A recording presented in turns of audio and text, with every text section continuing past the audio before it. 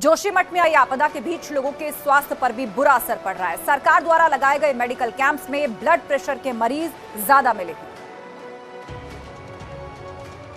जोशीमठ में आई आफत ने लोगों में डर का माहौल बना दिया है।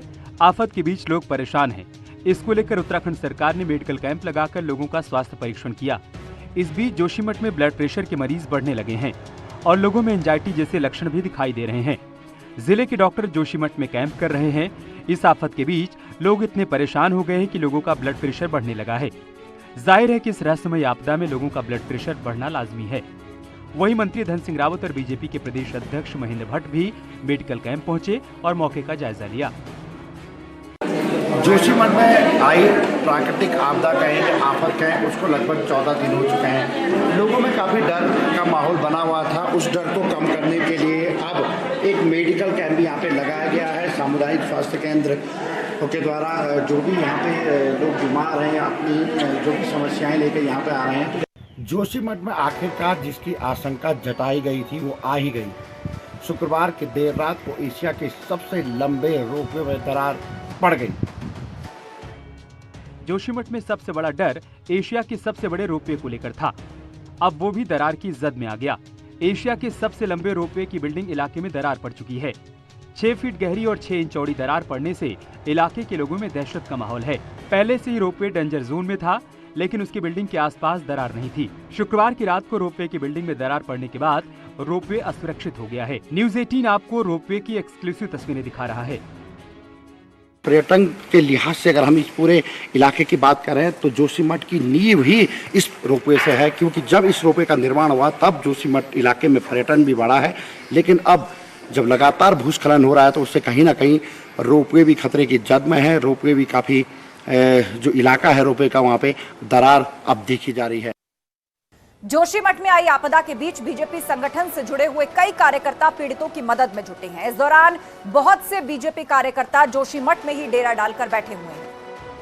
जोशीमठ शहर में हो रहे भूस्खलन को लेकर जहां सरकार लगातार गंभीर बनी हुई है, तो वहीं बीजेपी संगठन भी धरातल पर उतरकर प्रभावितों के बीच में पहुंच रहा है, ताकि प्रभावितों तक हर संभव मदद पहुंचाई जा सके। राष्ट्रीय महिला मोर्चा के उपाध्यक्ष नेहा जोशी भी पिछले काफी दिनों से जोशीमठ में हैं और प्रभावितों के बीच पहुंचकर प्रभावितों के सुख दुख को बांट रही हैं। दरअसल बीजेपी के राष्ट्रीय अध्यक्ष जेपी नड्डा ने भी जोशीमठ पर चिंता जताते हुए बीजेपी कार्यकर्ताओं से बढ़ चढ़कर मदद करने की अपील की थी, जिसके बाद बीजेपी के लोग जोशीमठ में पीड़ितों की मदद कर रहे हैं। जो परिवार प्रभावित हुए हैं, निश्चित तरीके से उनके लिए तो एक बहुत बड़ी आपदा है। जिसका घर छीन जाए उसको हम छोटी बात नहीं मान सकते। कुछ इलाके हैं जैसे मनोहर बाग जो बहुत ज़्यादा इस आपदा की चपेट में आए हैं। उसी तरह एक बाजार का इलाका भी है जो आज भी पूरी तरीके से बाजार चल रहा है, जो रोज की गतिविधियां वो चल रही हैं। बीएसपी के पूर्व मंत्री और अपराधी शारिक को प्रदेश स्तर का माफिया घोषित किया गया है। याकूब पर 15 से ज्यादा मुकदमे दर्ज हैं। बीएसपी के पूर्व मंत्री याकूब कुरैशी और अपराधी शारिक को प्रदेश स्तर का अपराधी माफिया घोषित किया गया। याकूब पर 15 से ज्यादा मुकदमे दर्ज हैं और गैंगस्टर शारिक पर करीब 12 केस दर्ज हैं। हाल ही में गैंगस्टर एक्ट के तहत मंत्री हाजी याकूब कुरैशी और उनके बेटे इमरान कुरैशी को दिल्ली के चांदनी महल थाना क्षेत्र से गिरफ्तार कर जेल भेज दिया गया है। इसके अलावा मेरठ के कोतवाली क्षेत्र के रहने वाले एक और अपराधी शारिक को अपराधी माफिया घोषित किया गया है। अपराध पर जीरो टॉलरेंस की नीति को अपनाते हुए यूपी सरकार ने ऐसे माफियाओं पर लगातार शिकंजा कसने की तैयारी कर रखी है। याकूब कुरैशी और शारिक 2 व्यक्ति हैं, उनको प्रदेश स्तर का माफिया चिन्हित करके घोषित किया गया और उनके ऊपर प्रभावी कार्रवाई के लिए ये कार्रवाई की गई है। अलीगढ़ मुस्लिम विश्वविद्यालय में छात्र संघ चुनाव की मांग को लेकर छात्र धरने पर बैठे हैं। छात्रों ने 24 घंटे का अल्टीमेटम दिया था। विश्वविद्यालय प्रशासन ने जब कोई सुनवाई नहीं की तो छात्र धरने पर बैठे। अलीगढ़ मुस्लिम विश्वविद्यालय में छात्र संघ चुनाव कराए जाने की मांग को लेकर छात्र धरने पर बैठे हैं। एमयू के छात्रों ने एमयू इंतजामिया को एक पत्र भेजकर 24 घंटे के अंदर छात्र संघ चुनाव कराए जाने की घोषणा करने की मांग की थी, लेकिन 24 घंटे बीत जाने के बाद भी एमयू प्रशासन की तरफ से कोई जवाब छात्रों को नहीं मिला। इसके बाद एमयू प्रशासन के रवैये से नाराज छात्र बाबे सैयद गेट पर धरने पर बैठ गए। छात्रों का कहना है कि जब तक एमयू प्रशासन छात्र संघ चुनाव कराने की घोषणा नहीं कर देता, तब तक छात्रों का धरना प्रदर्शन चलता रहेगा। छात्रों का आरोप है कि पिछले 4 महीने से एमयू प्रशासन छात्रों को गुमराह कर रहा है।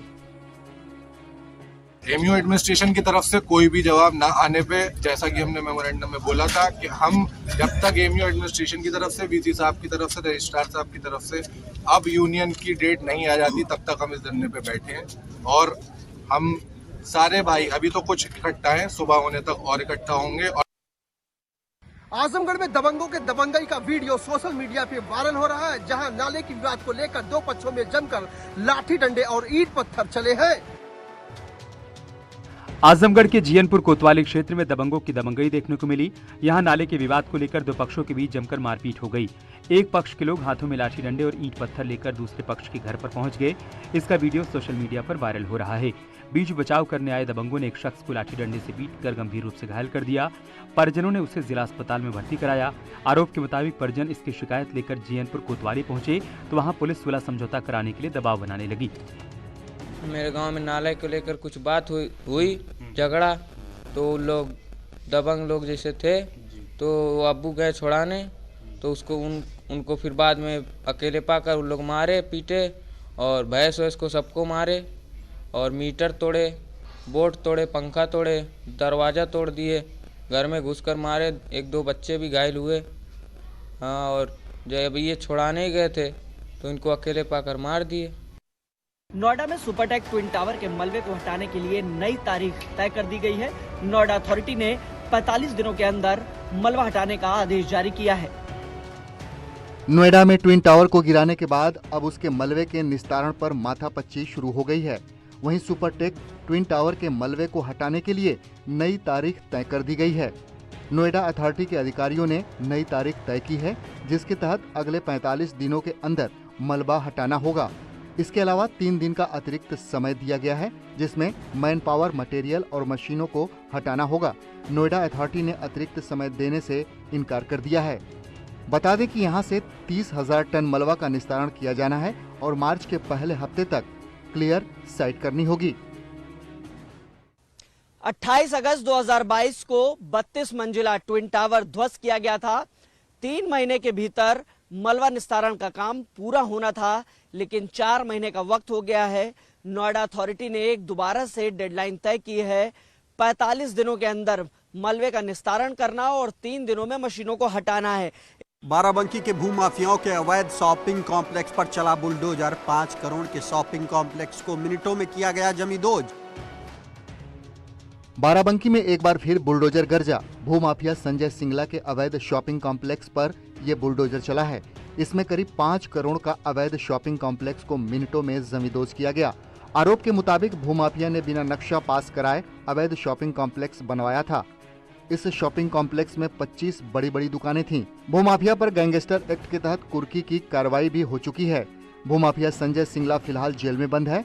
इससे पहले भी सिंगला पर कई बड़ी कार्रवाई हो चुकी है। फिलहाल गैंगस्टर एक्ट के तहत संजय सिंगला पर कोतवाली इलाके के भुहेरा में ध्वस्तीकरण की कार्रवाई की गई और इसके ऊपर तमाम आपराधिक मामले हैं। वर्तमान में ये जेल में है।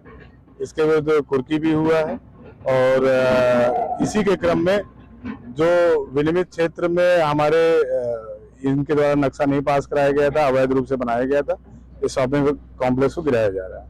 बिहार के शिक्षा मंत्री चंद्रशेखर के रामचरितमानस पर दिए गए बयान के बाद से ही विवाद बढ़ा हुआ है। अब कांग्रेस नेता आचार्य प्रमोद कृष्णम ने बिहार के शिक्षा मंत्री के खिलाफ एफआईआर दर्ज करने की मांग की है।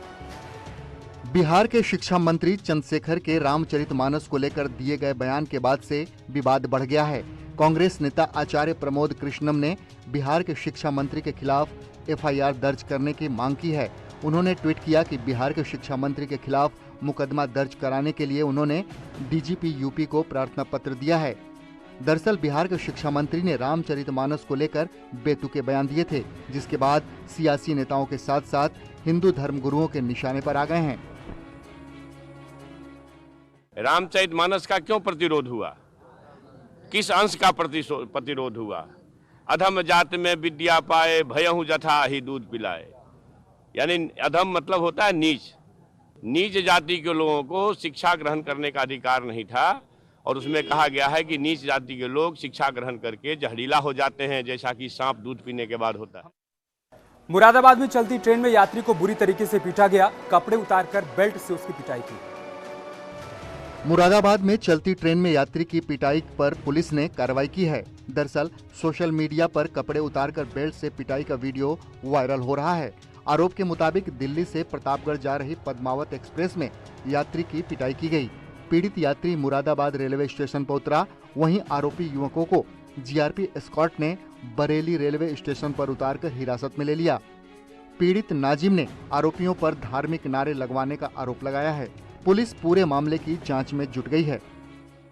हालांकि ये दो लड़के जो पीट रहे थे उनको तत्काल अपने कब्जे में लेकर के बरेली जंक्शन पे उतर गए और वहां पर क्योंकि कोई वादी न होने के कारण कोई पीड़ित नहीं था, इसलिए तहरीर नहीं प्राप्त हुई है, परंतु इस विषय की गंभीरता को देखते हुए उनके विरुद्ध वैधानिक कार्रवाई की गई है। देहरादून में कुछ दिनों पहले सोशल मीडिया पर वायरल हुए एक वीडियो पर अल्मोड़ा पुलिस ने संज्ञान लिया और खुद को उत्तराखंड की महिला बताने वाली महिला को पुलिस ने खोज निकाला। देहरादून में कुछ दिन पहले सोशल मीडिया पर एक वीडियो वायरल हुआ जिसमें एक बुजुर्ग महिला मुंबई में अपने आप को अल्मोड़ा की बता रही है। सोशल मीडिया पर इस वीडियो को देखकर लोगों ने पुलिस से उसे लाने की गुहार लगाई, जिसके बाद वीडियो में दिख रही महिला को अल्मोड़ा पुलिस ने खोज निकाला है। वायरल वीडियो का नोटिस मुख्यमंत्री पुष्कर सिंह धामी ने लिया था और उन्होंने अल्मोड़ा के एसपी प्रदीप राय को खोजबीन करने के लिए कहा। सीएम धामी के निर्देश पर पुलिस जांच में जुटी और आखिरकार महिला का पता लगा लिया है, जो अल्मोड़ा जिले के विकियासेन ब्लॉक की रहने वाली है। पुलिस की एक टीम मुंबई में है जो हेमा नाम की बुजुर्ग महिला को अल्मोड़ा वापस ला रही है। सीएम धामी की इस पहल की अब सोशल मीडिया पर तारीफ हो रही है। जनपद उत्तरकाशी में लंबे समय बाद निचले क्षेत्र में बारिश और ऊपरी क्षेत्र में बर्फबारी ने किसानों और पर्यटकों के चेहरे को खिला दिया है। तस्वीरें सागरी से है, जहां बर्फबारी के बीच पर्यटक जमकर बर्फबारी का लुत्फ उठा रहे हैं। उत्तरकाशी में लंबे समय बाद निचले क्षेत्र में बारिश और ऊपरी क्षेत्र में बर्फबारी ने किसानों और पर्यटकों को चेहरे को खिला दिए हैं। तस्वीरें साकरी से आई हैं, जहां बर्फबारी और कड़ाके की ठंड के बीच पर्यटक जमकर बर्फबारी के लुत्फ उठा रहे हैं। इसके अलावा यमुनोत्री, गंगोत्री धाम, खरसाली, मुखवा सहित उपला, टकनोर के झाला, सूखी, मुखवा, हर्षिल में जमकर बर्फबारी हो रही है, जिससे कड़ाके की ठंड पूरे जिले में महसूस की जा रही है। हालांकि पहाड़ की बर्फबारी का लंबे समय से पर्यटकों को इंतजार रहता है। अब भारी बर्फबारी के बाद सैलानियों में खुशी का माहौल है। हम सांकरी बेस कैंप पे हैं और व्यू तो बहुत सुंदर है, स्नो हो गया है और हम बहुत एक्साइटेड है केदारकंठा ट्रैक के लिए। हमें आज ही स्टार्ट करना है, बट शायद थोड़ा लेट हो जाएगा, but it's okay, I think हो जाएगा कंप्लीट, है ना। पीक तक जाना ही जाना है, केदारकंठा पीक तक सबमिट करना है कैसे भी करना। और व्यू तो नेक्स्ट लेवल है, इसी के लिए आए थे हम, इस व्यू के लिए आए थे।